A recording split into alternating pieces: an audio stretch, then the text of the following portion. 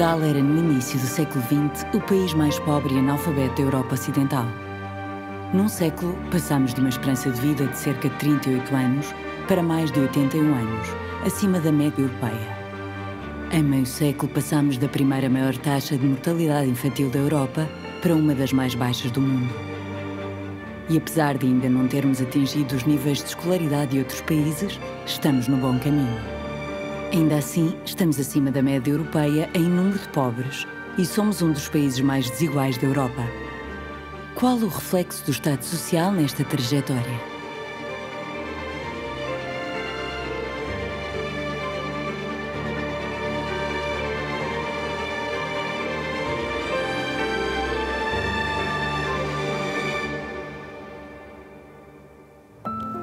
A trajetória do país nas últimas décadas espelha o papel determinante do Estado Social na sociedade portuguesa. Mas algumas das grandes conquistas do século XX, como a longevidade e o controle da natalidade, tornaram-se elas próprias um desafio à sustentabilidade do Estado Social.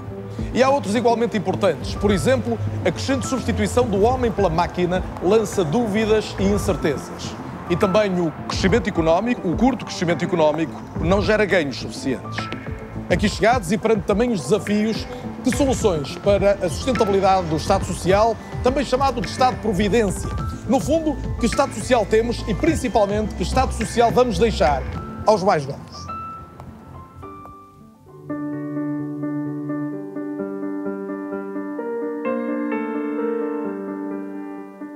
O Estado Social, como nós o conhecemos na Europa, eu julgo que é uma das grandes invenções da humanidade.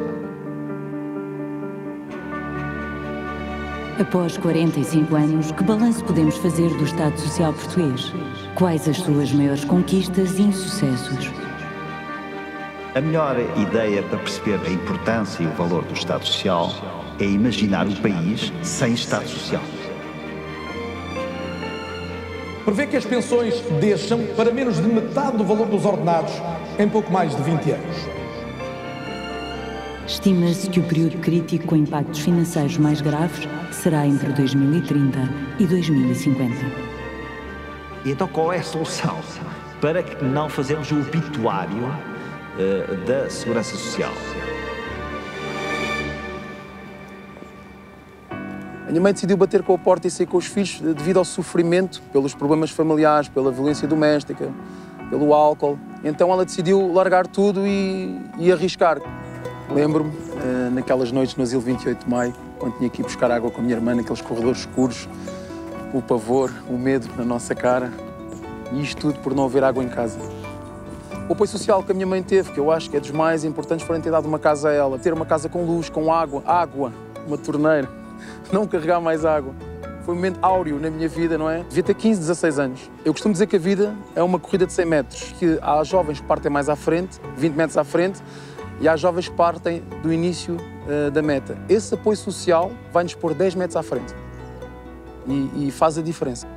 A minha avó tentou-nos tirar um bocado do mundo da dificuldade e levar-nos para a Alemanha, que ela vivia na Alemanha. E a minha primeira viagem foi com 9 anos, num voo onde eu estava cheio de medo, a chorar. E eu lembro de um comandante convidar-me para ir ao cockpit. Aí acho que fez-se luz na minha vida e fez... O que é isto? E então começou o sonho de querer ser piloto. E com essa determinação que me transmitiram e que me ensinaram, eu decidi que tinha que lutar pelo meu sonho de pilotos e decidi que nada é impossível. Estive nos Fuzileiros 10 anos, durante esses 10 anos acabei por ir estudar para a universidade. Estava sempre a preparar-me para o curso de pilotos, a pedir empréstimos no banco, nunca eram aceitos. Fui lá uma vez, 2, 3, 4 e então na quarta vez consegui. Então o meu primeiro ordenado como piloto, quando chego no multibanco e meto o cartão e olho e vejo o primeiro ordenado, não queria acreditar, não é? Isto deve ser engano, não vou mexer nisso, não vou fazer nada, não vou mexer. Vou esperar a ver o que é que a TAP me diz. Uma vez, a sobrevoar o Monte da Caparica, um colega meu disse-me que esta era uma zona de bandidos, pica-pau amarelo. Eu disse-lhe, olha que não, aqui também há pilotos da TAP. E ele perguntou-me, quem é que tu conheces que é piloto da TAP aqui? E eu disse-lhe, o Fortes Lima. Sou o comandante Fortes Lima, piloto da TAP, A320. Ele disse, Lima, desculpa pelo que eu te disse. Já estive no escalão mais baixo, hoje estou no escalão mais alto, pago bastantes impostos e quero acreditar que esses impostos são utilizados para ajudar as pessoas que têm mais dificuldades, porque eu já estive lá atrás nessas dificuldades e os apoios que eu tive tenho a agradecer. Hoje desconto praticamente 50% do meu ordenado, mas penso como é que será daqui a 20 anos a minha reforma, quando eu me reformar, se vou receber metade disso, ou menos, inclusive. Mas também penso como é que será daqui a 30, 40, 50 anos, os meus filhos, como é que será a nossa sociedade e o futuro.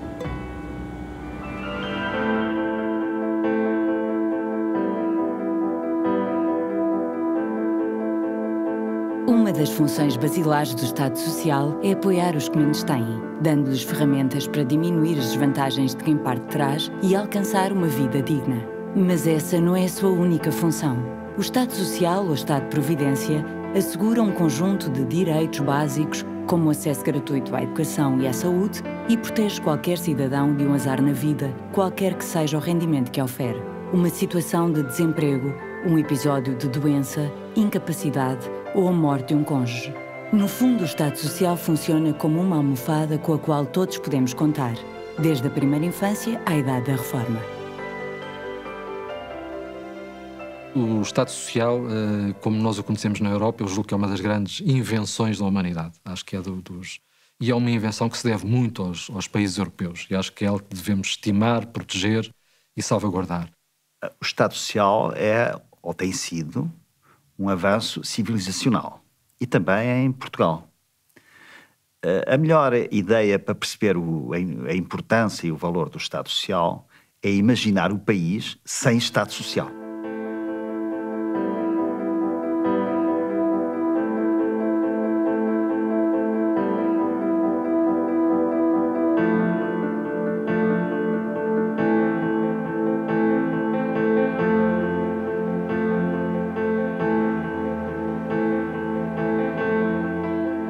O conceito de Estado Social nasceu na Alemanha no final do século XIX e teve o grande impulso na Europa a seguir à Segunda Guerra Mundial.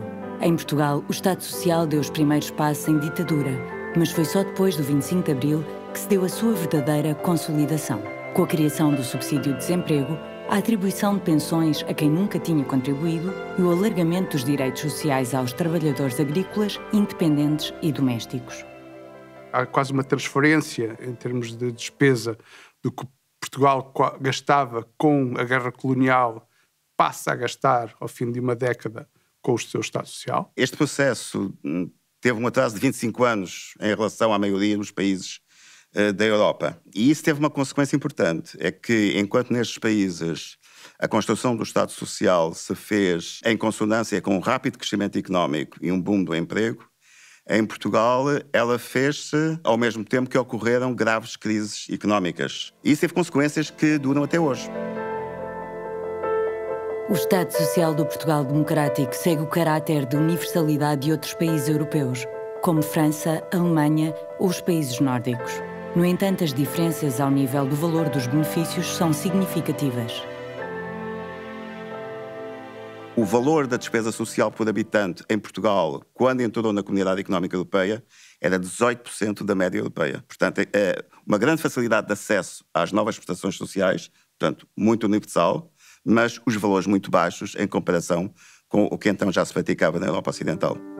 Portugal, como todos os outros países da Europa do Sul, que formaram os seus Estados de Providência no fim dos anos 70 e 80, caracterizam-se por serem Estados de Previdência pouco generosos, ou seja, que oferecem que o valor dos benefícios são relativamente baixos, e que grande parte da despesa social concentra-se na área das pensões. Significa menos despesa em políticas de apoio às famílias, menos despesa nas políticas de apoio aos desempregados.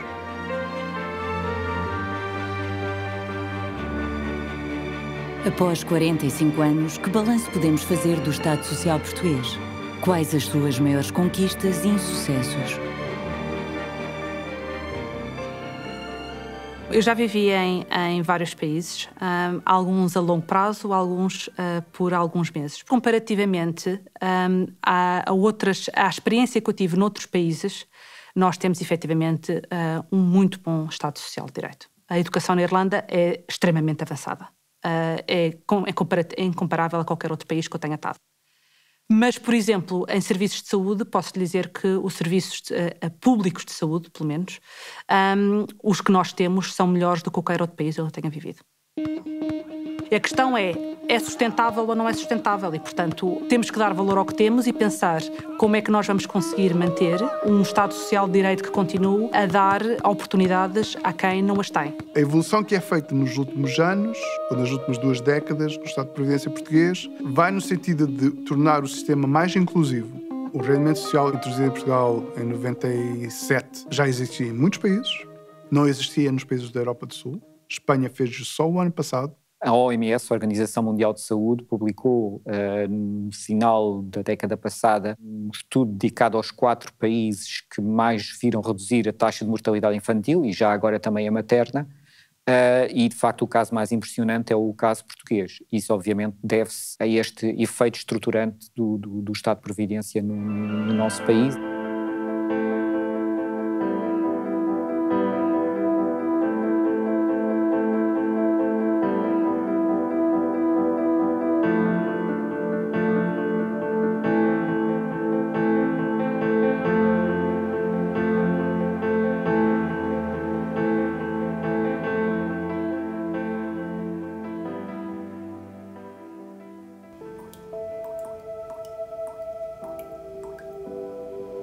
Estou divorciada há 6 anos, estou sozinha com 2 filhos, tenho uma loja, há meses que é melhor do que outros, mas basicamente tenho 900 euros entre o abono de família, a pensão de alimentos e o que faço. E em termos de despesas, 700, 800, há meses que não apareceu nada extra, ainda se poupa. A pedir a todos os anjinhos para não aparecer nenhuma despesa extra. Compras de supermercado, já há uns 2 anos que optei por fazer as compras online. Para mim é uma forma de poupança, porque ir ao supermercado, passamos pelo corredor das promoções, temos sempre tendência a trazer mais coisas e não conseguimos ter a noção em quanto é que já vai a conta. E online eu faço essa gestão. Em termos de apoios, portanto, recebo de abono de família 100 euros, 50 euros de cada filho. E quando estive com a loja fechada, em termos de confinamento, recebi cerca de 200 euros de apoio do Estado. O primeiro confinamento foi mais complicado porque apanhou desprevenido. Foi ali uma gestão para tentar pedir ao banco a moratória, porque de repente vim-me sem rendimento nenhum. Se não tivesse ajuda, não iria cumprir com os meus fornecedores. Chamo-me Ana Silva, sou comerciante, divorciada, com 2 filhos, o André e a Sara. A pandemia que recentemente vivemos foi um verdadeiro teste de stress ao Estado Social. E apesar de não haver ainda estudos suficientemente conclusivos, é possível já extrair alguns dados. Desde logo, os apoios sociais foram determinantes. Ainda assim, e só em Portugal, mais 400 mil pessoas foram atiradas para a pobreza. Pode-se alegar que foi uma crise mais profunda, mas com menos efeitos sociais. Também se aprendeu com a crise anterior, houve mais solidariedade do ponto de vista europeu para com o país, houve melhores políticas, inequivocamente também do ponto de vista nacional, e aliás menos pressionadas por políticas europeias também elas erradas, aprendeu-se. E o resultado foi que, de facto, se a crise foi bastante grande, esta última, que ainda estamos a viver, os seus efeitos sociais nem de longe nem de perto foram tão pronunciados como a anterior. Durante esta crise, aqueles que sofreram o impacto imediato da crise no mercado de trabalho foram os trabalhadores precários. Portanto, o sistema ainda cobre de forma muito diferenciada os trabalhadores que têm um vínculo contratual com o seu empregador e aqueles que não têm.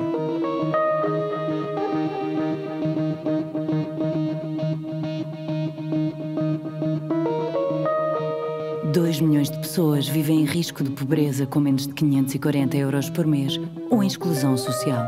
Sem os apoios sociais, como o rendimento social de inserção, o subsídio de desemprego ou as pensões, este valor seria superior a 4 milhões. Cerca de 11% da população empregada é pobre, um valor que nos coloca entre os 5 países da União Europeia com maior risco de pobreza entre as pessoas que trabalham. O risco de ser pobre diminui à medida que a escolaridade aumenta. Ainda assim, 5% dos pobres têm o ensino superior. Num país em que a natalidade escassa é um problema, ter mais 2 filhos também aumenta o risco de ser pobre. O impacto das transferências sociais é sobretudo dirigido aos idosos, alguma coisa aos indivíduos em idade ativa e muito pouco às crianças.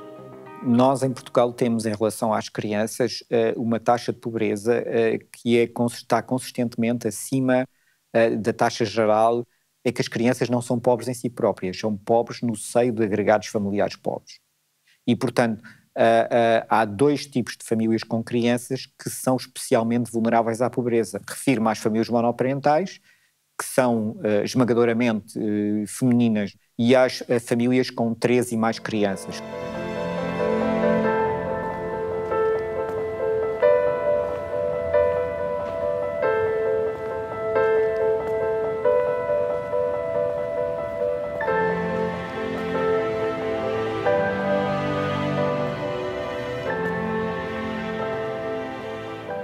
Esta pobreza resulta de um sistema salarial na economia que está abaixo do que deveria ser esperado. Quer dizer, exige-se demais ao sistema de distribuição de combate à pobreza e talvez esteja a exigir de menos ao nível salarial que por si só seja uma forma de combater a pobreza. Então exige-se a jusante, à Segurança Social, um esforço brutal que devia ser mais acentuado e mais resolvido a montante, ou seja, o nível salarial. A pensão média em Portugal é de 476 euros e as projeções para as próximas décadas não são animadoras. O relatório da própria Comissão Europeia, o Aging Report 2021, prevê que as pensões deixam para menos de metade do valor dos ordenados em pouco mais de 20 anos. E perante este cenário, a grande dúvida é se as reformas do futuro serão capazes de garantir um nível de vida digno aos pensionistas. Portanto, é uma baixa muito forte, é a mais elevada de todos os países da União Europeia, o que significa que o poder aquisitivo, digamos, das pensões vai baixar muito severamente. O facto de o valor da pensão em relação ao salário diminuir fortemente ao longo das próximas décadas vai ter um impacto noutras áreas da proteção social. Por exemplo, os cuidados continuados de saúde. Portugal é um país crescentemente envelhecido, portanto, são cada vez mais os cidadãos com mais de 80 anos, muitos deles, a precisarem de cuidados continuados. Ora, se já hoje é difícil pagar com as pensões esses serviços, o que será quando o valor das pensões for apenas 30% do valor do salário médio? Portugal gasta 0,2% do PIB em cuidados aos séniores. Muito, muito abaixo. Estamos a falar 5 ou 6 vezes abaixo do que a União Europeia gasta em média. Essa é para mim, a área fulcral da reforma do Estado de Previdência. Estamos na Domus Vida, na Domus Vida Estoril. É uma residência assistida do Grupo José de Mel, que recebe residentes para estadias temporárias, permanentes. Nas nossas residências existe um apoio médico diário de várias especialidades, neurologia, clínica geral, fisiatria, psiquiatria. Temos enfermagem 24 horas, temos assistência geriátrica, portanto, auxiliares 24 horas. Os maiores desafios são essencialmente 3. A constante adaptação das equipas à maior dependência com que os residentes entram.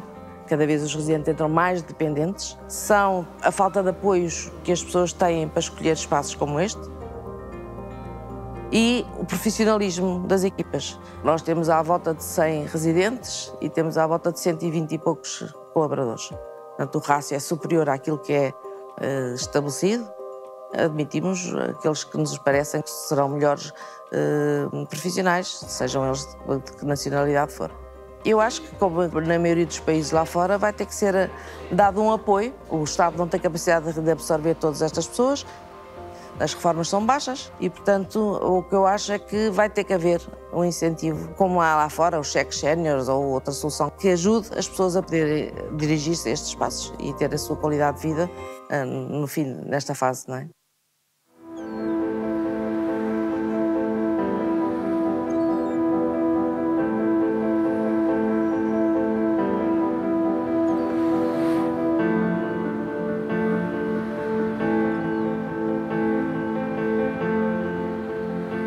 Apesar do valor médio das pensões ser baixo, Portugal está entre os países da zona euro onde a despesa com pensões em percentagem do PIB é mais elevada.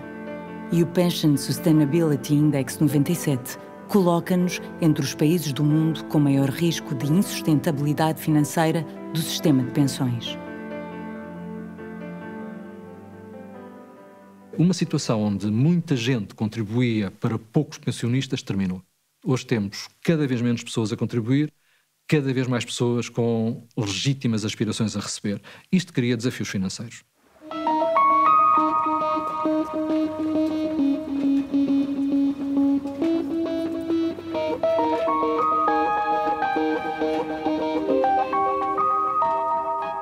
É preciso falar a verdade.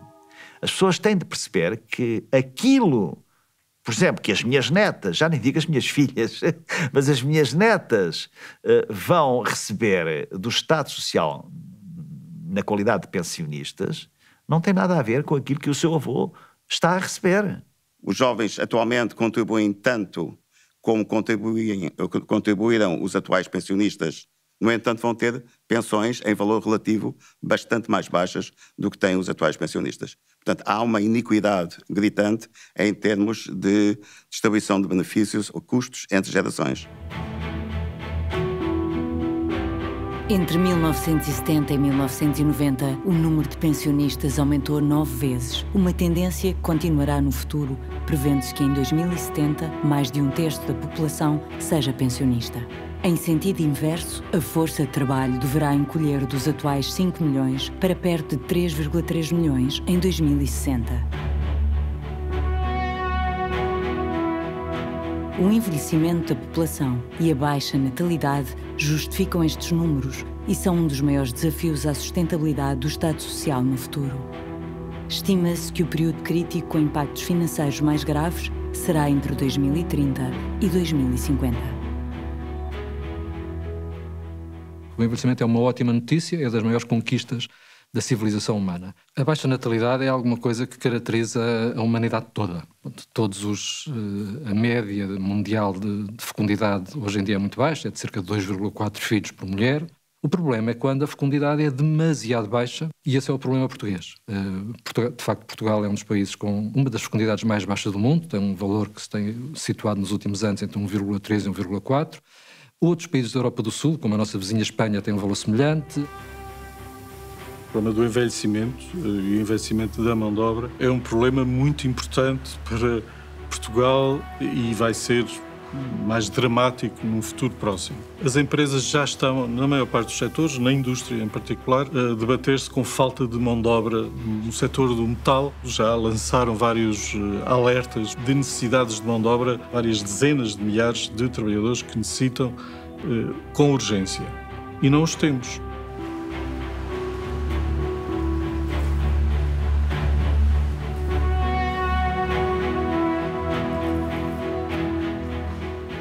Como é que isto se altera? Nós em Portugal sabemos que as causas da baixa fecundidade estão ligadas a problemas que todos conhecemos: custo da habitação, mercado de trabalho precário, o problema do desemprego dos jovens, a necessidade que os jovens têm de sair do país para emigrar. O problema é que fazer uma política que contrarie esta baixíssima fecundidade implica atuar nestas vertentes todas. Se esse precariado é sobretudo composto por jovens, isso significa que os seus projetos de vida são cada vez mais atrasados, ou seja, só com 30, 40 anos de idade é que as pessoas podem desenvolver esses projetos de família porque conseguiram encontrar finalmente, ao fim de muitos anos, alguma estabilidade do seu emprego. O envelhecimento da população e a baixa natalidade, associados a uma das maiores dívidas públicas do mundo, uma elevada carga fiscal e um fraco crescimento do PIB, ameaçam a sustentabilidade do Estado Social. A automatização e a robotização anunciam-se como mais um desafio, com impactos significativos no futuro. A encomenda de robôs triplicou nos últimos 10 anos e a OCDE estima que quase metade das profissões e empregos venham a ser afetados nas próximas décadas. E se o desemprego aumentar, vão aumentar também os encargos sociais. E esta automatização pode ser um fator de pressão sobre o Estado Social ou, pelo contrário, fazer parte da solução.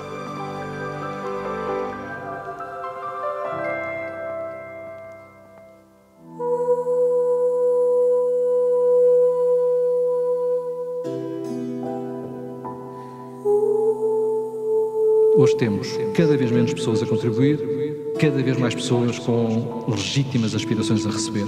Isto cria desafios financeiros.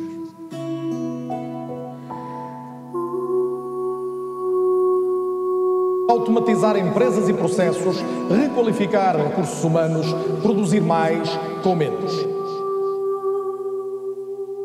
Aliás, é curioso verificar que naqueles países onde a introdução de robôs foi mais acelerada, a taxa de desemprego é uma das mais baixas do mundo. Portugal vai enfrentar um desafio tremendo. Que Estado Social queremos e que Estado Social estamos dispostos a pagar? Se há menos pessoas a trabalhar para mais pessoas a receber, isto só pode ser contrabalançado com o aumento da produtividade.